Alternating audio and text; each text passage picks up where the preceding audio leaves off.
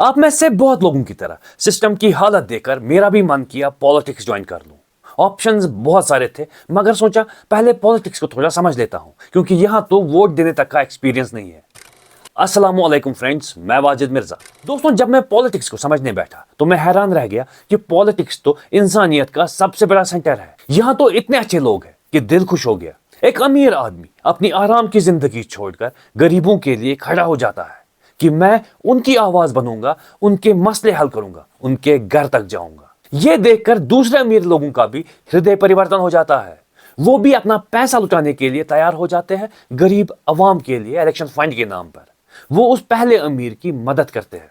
सच कहूं तो ये देखकर मैं इतना इमोशनल हो गया कि दुनिया अभी भी अच्छे लोगों से भरी हुई है। फिर मैंने सोचा यहां तो गरीब अवाम के लिए ऑलरेडी इतने सारे देवता लोग मौजूद हैं, यहां मेरा कोई स्कोप नहीं।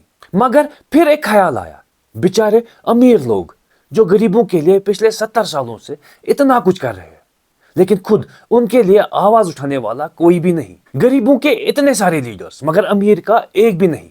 तब मैंने फैसला किया मैं अमीरों की आवाज बनूंगा। लेकिन यहां फिर एक छोटी सी प्रॉब्लम समझ आई कि अगर सिस्टम ऐसा है कि अमीर गरीब के लिए खड़े होने वाले को फंड करता है, तो अमीर के लिए खड़े होने वाले को फंड कौन करेगा? गरीब।